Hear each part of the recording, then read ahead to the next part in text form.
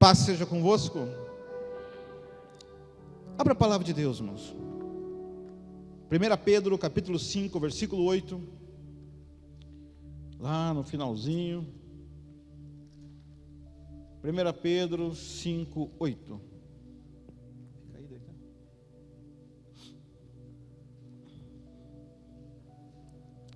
Glória a Jesus.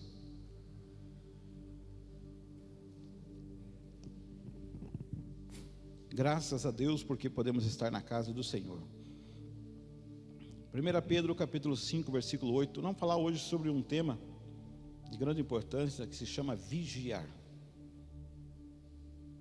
Vigiar.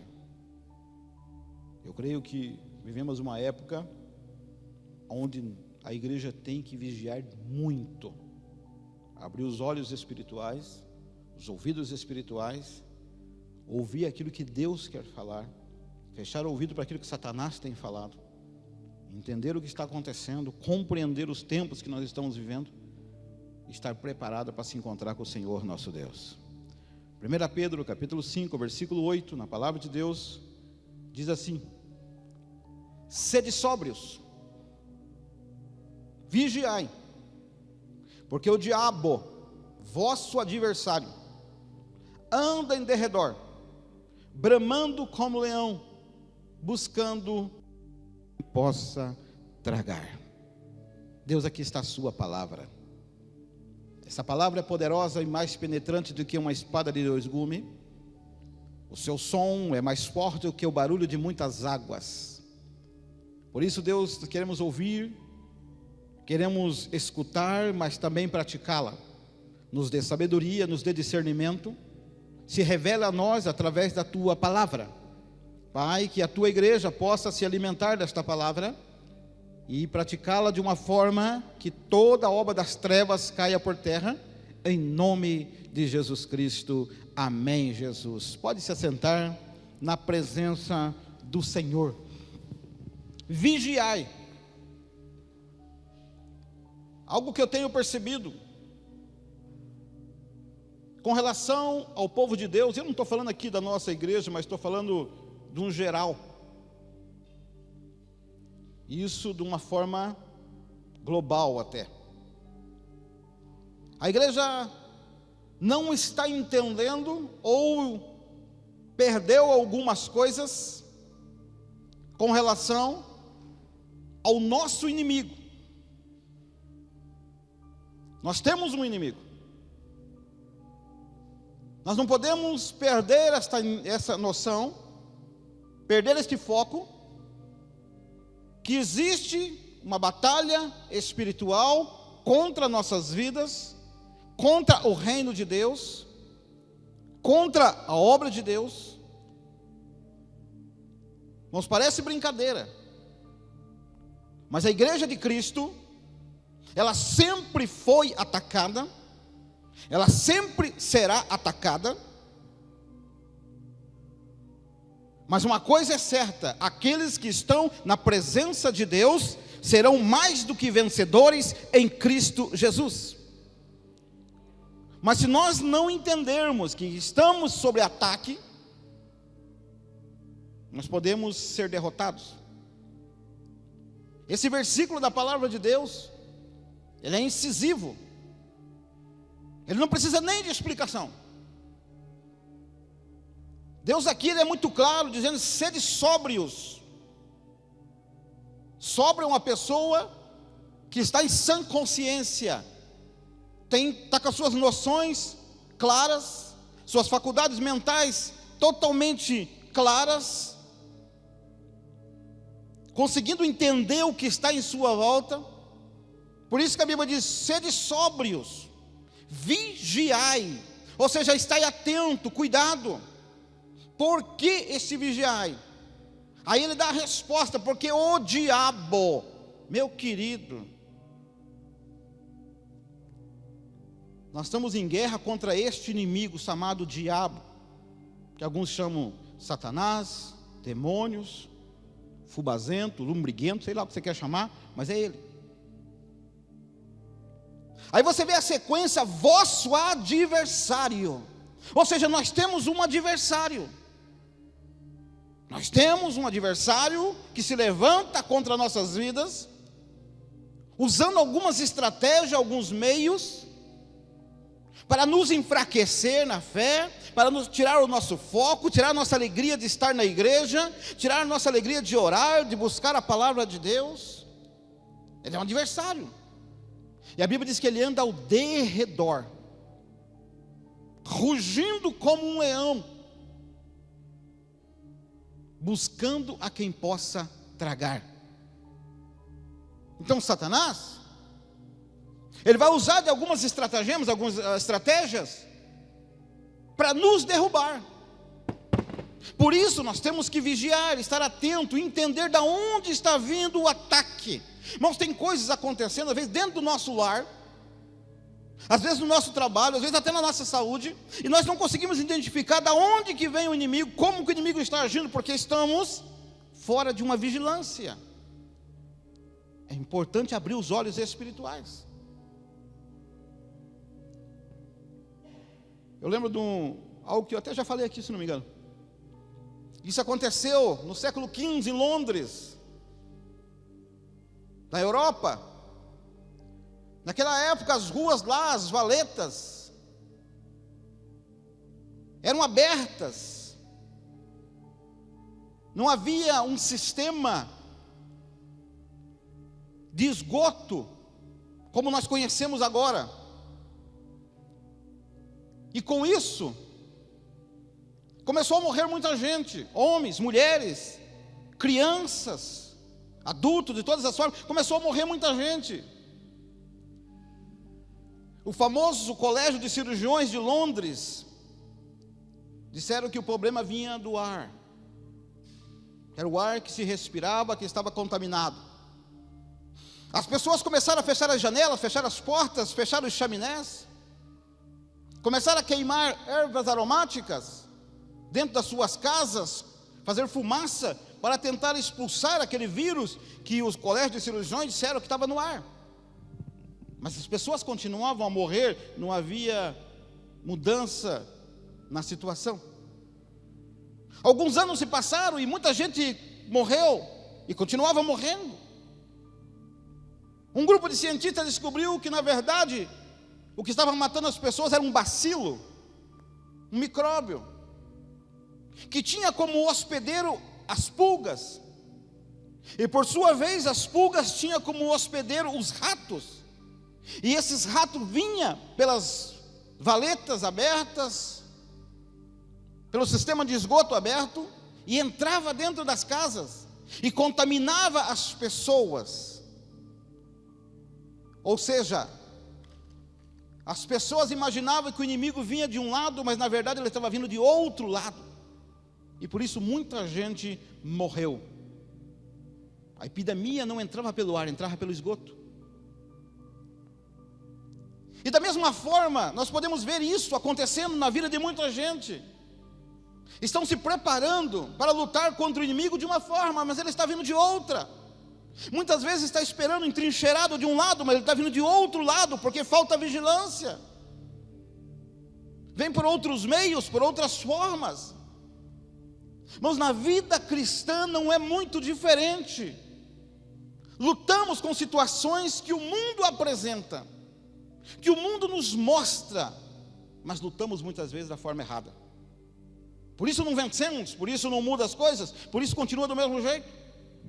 Resistimos contra sistemas, e no entanto o inimigo continua tendo vantagem. Por quê?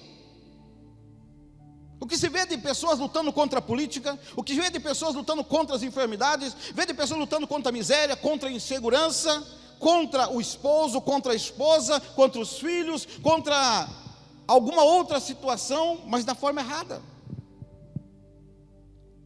porque não entendemos o que está acontecendo. Não conseguimos compreender o que está havendo. Nós estamos numa luta contra um inimigo invisível, que nós não enxergamos. O inimigo existe. E se existe um poder, uma autoridade delegada para resistir a este inimigo, se chama igreja do Deus vivo, que é você que está aqui nesta noite.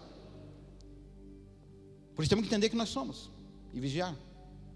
Efésios capítulo 6, versículo 11 e versículo 12 diz o seguinte: revestivos de toda a armadura de Deus, para que possais estar firmes contra as astutas ciladas do diabo.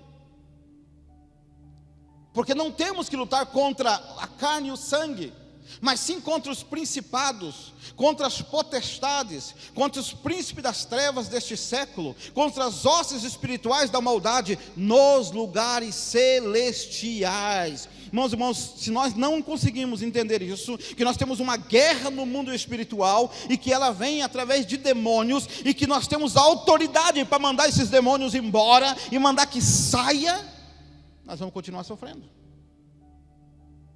Vamos continuar sofrendo. Pastor, nós estamos no século 21, você acha que o demônio vai estar agindo? Tá. Se tem uma coisa que Satanás tem, ele é perseverança. É derrotado, vai para o inferno, não tem onde cair morto, mas continua lutando contra o povo de Deus. Mas se você estiver vigiando, estiver na presença de Deus, compreendendo esta batalha espiritual, nem você, nem tua família vai sofrer consequências, porque Deus te protege aonde você estiver. Qual é um dos problemas que nós usamos, ou que nós erramos, com relação a esta batalha espiritual? Usamos as palavras, muitas vezes, de forma totalmente fora do padrão, ou da palavra de Deus. Isso tem sido uma arma poderosa do inimigo.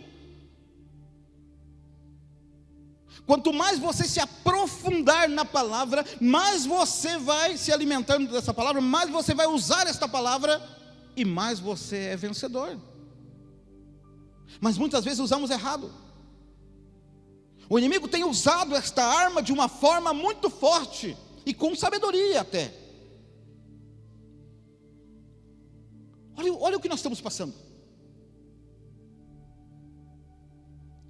Mas como que todo esse caos tomou conta? Como que esse medo está se instaurando em todo o mundo? Por causa de palavras. Você liga o telejornal,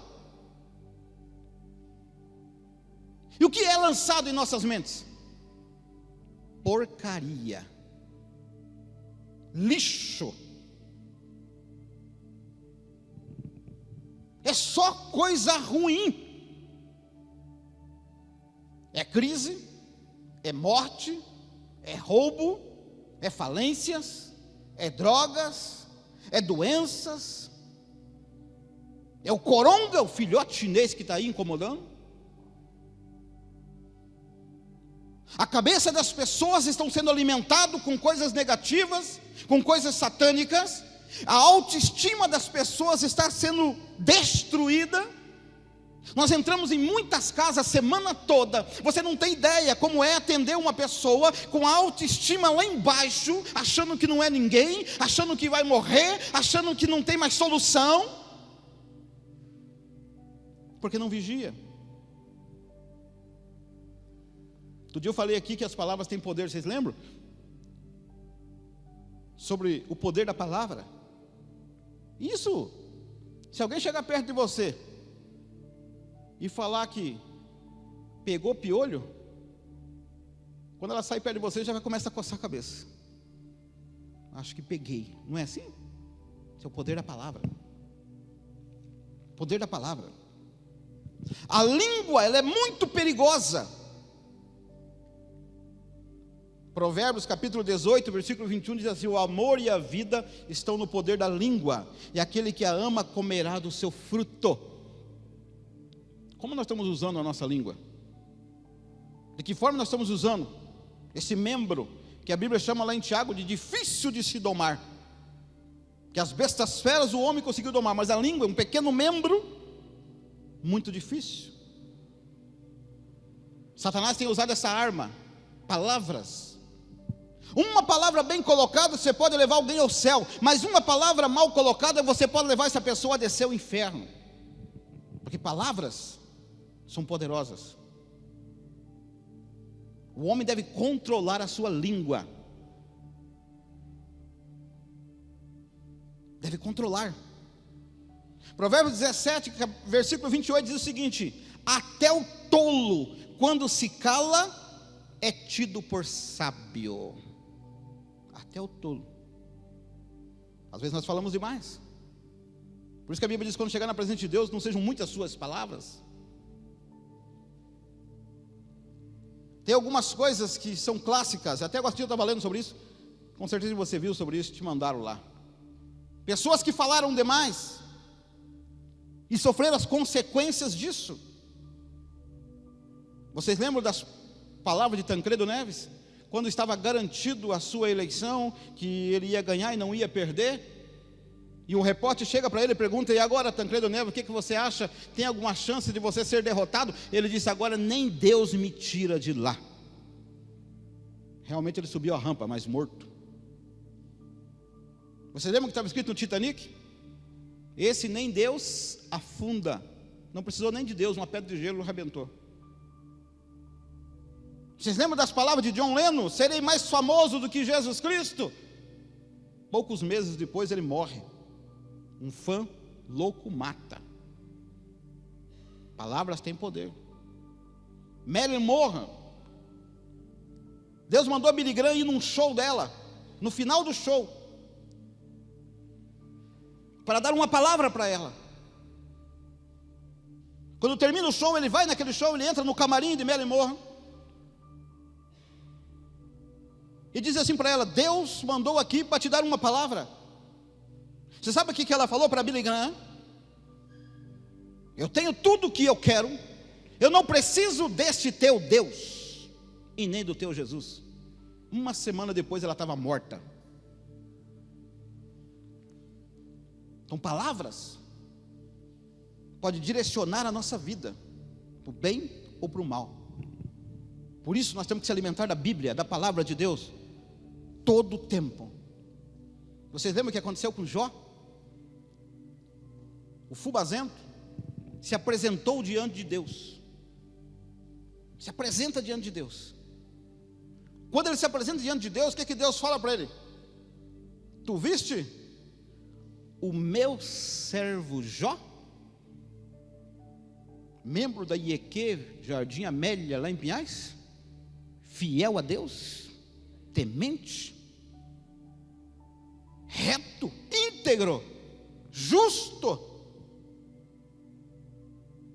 Deus aqui honra Jó. Jó agora é provado, depois de receber uma palavra de Deus, ele é provado. Satanás tira todas as suas riquezas, Satanás tira todos os seus filhos, Satanás tira a sua saúde, Jó fica doente. Segundo estudiosos, mais de 100 metros de distância, ninguém suportava o cheiro de Jó. A dor era tanta, que a Bíblia diz que ele colocava cinza no seu corpo, passava caco de telhas, para tentar diminuir a dor. Mas ele não pecou contra Deus. Eu começo a analisar, eu começo a ver aqui, a Bíblia não relata isso, mas a cúpula infernal fazendo uma reunião extraordinária, chamando os demônios, chamando o demo, a demos, demi, toda a capetada, dizendo assim: como vamos derrubar Jó? Como que nós podemos destruir Jó? Colocamos nele, tiramos a riqueza dele, não adiantou. Tiramos seus filhos, não adiantou. Colocamos enfermidade nele e ele mesmo assim não pecou. Como vamos derrubar Jó? Se nada dessas estratégias resolveu, de repente eles entram num consenso. Um se levanta e diz: eu sei. Não contavam com a minha astúcia. Eu sei o que eu vou fazer.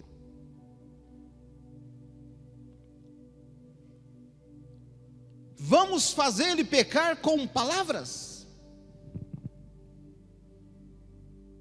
Vamos colocar de uma forma que ele venha pecar com suas palavras. Vocês lembram do bezerro de ouro? Quando Moisés subiu ao monte, 40 dias ele não voltava. Nós colocamos no coração daquele povo para eles pecarem com palavras, a ponto deles buscarem outro Deus e fazerem um bezerro de ouro.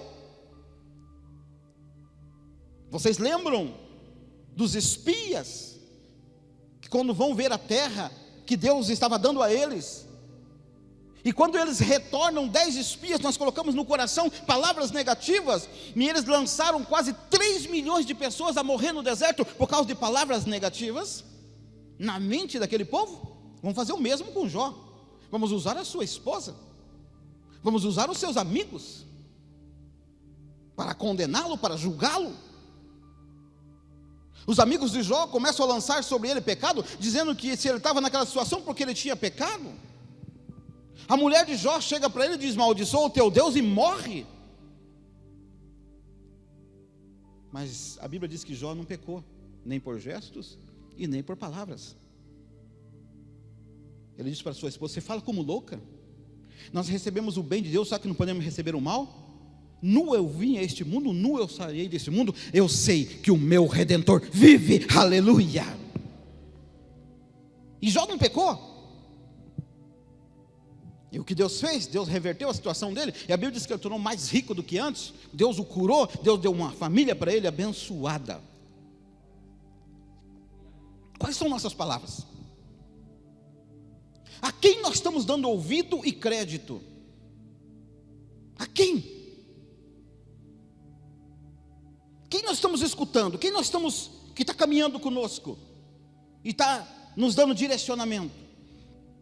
Lá em 1 Coríntios, capítulo 15, versículo 33, diz o seguinte: não vos enganeis, as más conversações corrompem os bons costumes. Então não devemos nos enganar. Eu vou ler esse mesmo versículo na linguagem de hoje, só para você entender. Não se deixe enganar por aqueles que dizem tais coisas. Se vocês os escutarem, começarão a proceder como eles. Ou seja, se eu começar a escutar essas coisas, ao contrário da palavra de Deus, eu vou começar a proceder como um ímpio e não como um cristão. Não como um homem de Deus, como uma mulher de Deus, como um servo de Deus, alguém que um dia vai morar lá no céu com o Senhor. Tem que tomar cuidado com quem você ouve. Cuidado com fofoqueiros. Vocês conhecem algum fofoqueiro? Não sei se vocês conhecem, que é difícil contar fofoqueiro, né, Joaquim? Coisa rara hoje em dia, né? Muito difícil. Pessoas que falam demais. Tem um ditado antigo, no norte, eles falavam dessa forma: quem fala demais dá bom dia para cavalo. Tem gente que fala demais, dá ouvido demais. Cuidado com pensamentos que não condizem com a palavra de Deus. Cuidado. Peneire os teus pensamentos, peneire aquilo que estão lançando na sua mente. Peneire. O diabo é especialista em lançar maus pensamentos nas pessoas, principalmente aquilo que você ouviu de alguém ou que verbalizou.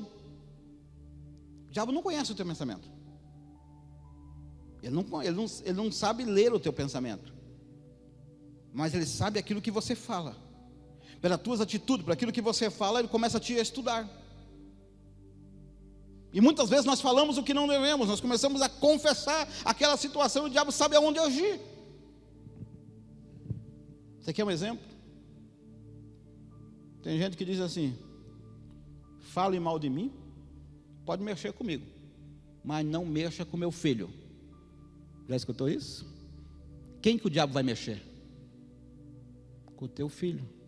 Por quê? Porque você verbalizou. Mexer com você não vai resolver, mas se mexer com teu filho resolve, então eu vou mexer com ele. Por isso muitas pessoas sofrem nessa área.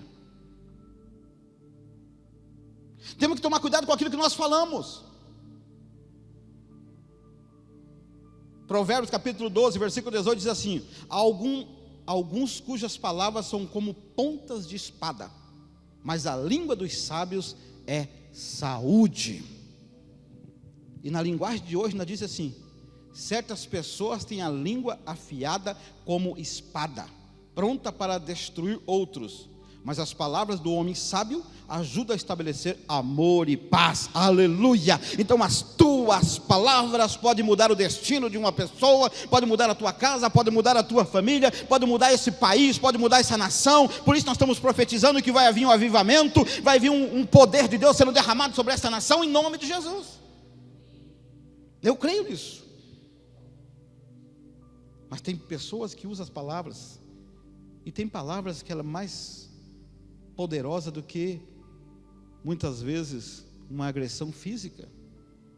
Penetra no coração das pessoas, na alma das pessoas, baixando a autoestima dela, levando ela ao sofrimento, levando ela à angústia, à dor, achando que nunca vai conseguir sair daquela situação,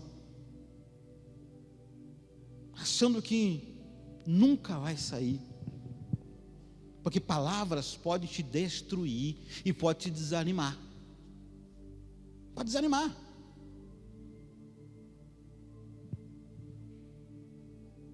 Por isso, nesta noite eu quero que você comece a falar a palavra de Deus. Eu sou vencedor, a minha família vai vencer, a minha casa é vencedora, o coronga vai passar logo, nós vamos estar cheios essa igreja aqui em nome de Jesus. Essas fitas vão arrancar, nem que seja no dente. Vamos profetizar bênção em nome de Jesus. Vamos profetizar. Diz que certa feita, 3 sapinhos caiu num buraco fundo, e eles começaram a tentar sair. Os outros sapos vieram em volta e começaram a olhar. E aqueles sapos começaram a ver aqueles menorzinhos tentando sair do buraco. E não conseguia, e estava para chover. Mas não chovia, eles esperando a chuva para poder nadar e não vinha. Sabe quando você espera algo e não vem? Mas eles continuavam lutando. Só que aqueles que estavam em volta começaram a gritar: vocês não vão conseguir, vocês não vão conseguir, vocês não vão conseguir. O tempo foi passando, um parou, 2 continuou. E eles lá em cima: vocês não vão conseguir, o buraco é muito fundo, está muito liso. Daqui a pouco o segundo sapo parou. E eles continuaram lá fora: vocês não vão conseguir, vocês não vão conseguir, vocês não têm força para isso, o buraco é fundo.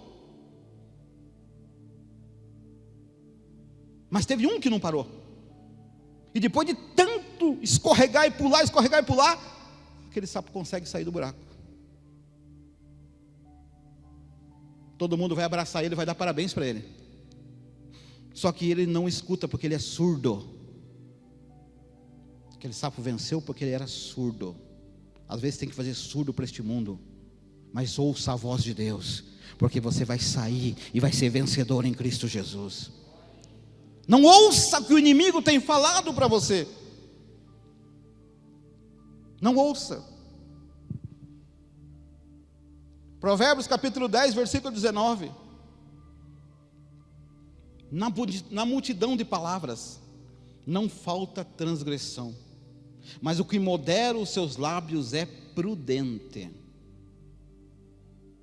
Isso na linguagem de hoje diz assim: quem fala demais sempre fala o que não deve.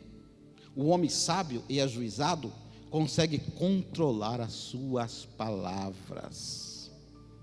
Ou seja, não devemos falar demais, porque as palavras podem nos condenar. Por isso temos que vigiar nas palavras. Quando Jesus foi condenado, quando Jesus estava ali para ser julgado, Pilatos timidamente tentou livrar Jesus. Pilatos sabia que Jesus era inocente, tinha autoridade para livrar Jesus, mas não tinha coragem. Mas timidamente agora ele tenta livrar Jesus. Ele não consegue livrar Jesus. Quando ele não consegue livrar Jesus e as pessoas mandam crucificá-lo, ele simplesmente pega uma bacia com água, lava suas mãos e diz: estou limpo do sangue deste homem inocente. toda aquela multidão, aquela turba que estava ali gritava: se este homem é inocente, que o sangue dele caia sobre nós e sobre nossos filhos. Isso está lá em Mateus 27 e 25, dizendo assim: respondendo todo o povo, disse: o seu sangue caia sobre nós e sobre nossos filhos, se ele for inocente. Aí eu começo a entender porque só Hitler matou mais de 6 milhões de judeus, porque as palavras seguindo geração. Por isso as nossas palavras têm que ser de bênção, de milagre. Devemos mudar nossas palavras. O que nós temos que falar? Lá em Efésios, capítulo 5, versículo 19, a Bíblia diz o seguinte: falando entre vós, com salmos e hinos, e cânticos espirituais, cantando e salmodiando ao Senhor nosso Deus no coração. Não é gostoso? Não tem coisa melhor do que falar da palavra de Deus, do Senhor. Mudar a nossa conversa, mudar a nossa direção de palavras e começar a usar as palavras para que o milagre venha sobre nossas vidas, atraindo a presença do Deus Todo-Poderoso. Então, cuidado com as palavras, cuidado com o que se fala, vigia. Esposa, cuidado com o que você fala para o teu esposo. Tem esposa que diz: meu pastor, olha para o meu esposo que ele é um endemoniado. Mas ele vai ficar endemoniado. Tinha um irmão que chegava a pedir oração para a mulher dele: pastor, olha para minha esposa porque ela é uma jararaca.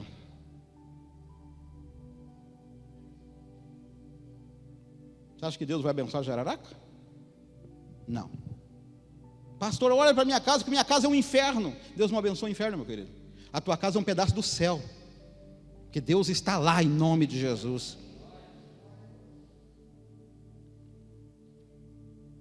Talvez chegou uma mulher para mim: pastor, olha para o meu filho porque ele é uma peste. Eu falei: você sabe o que é peste, mano? Peste é uma praga, é uma enfermidade maligna, sem cura.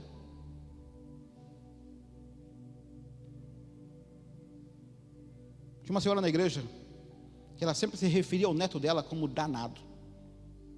Mas o meu neto é tão danadinho. Essa palavra danado é uma das palavras mais pesadas da língua portuguesa.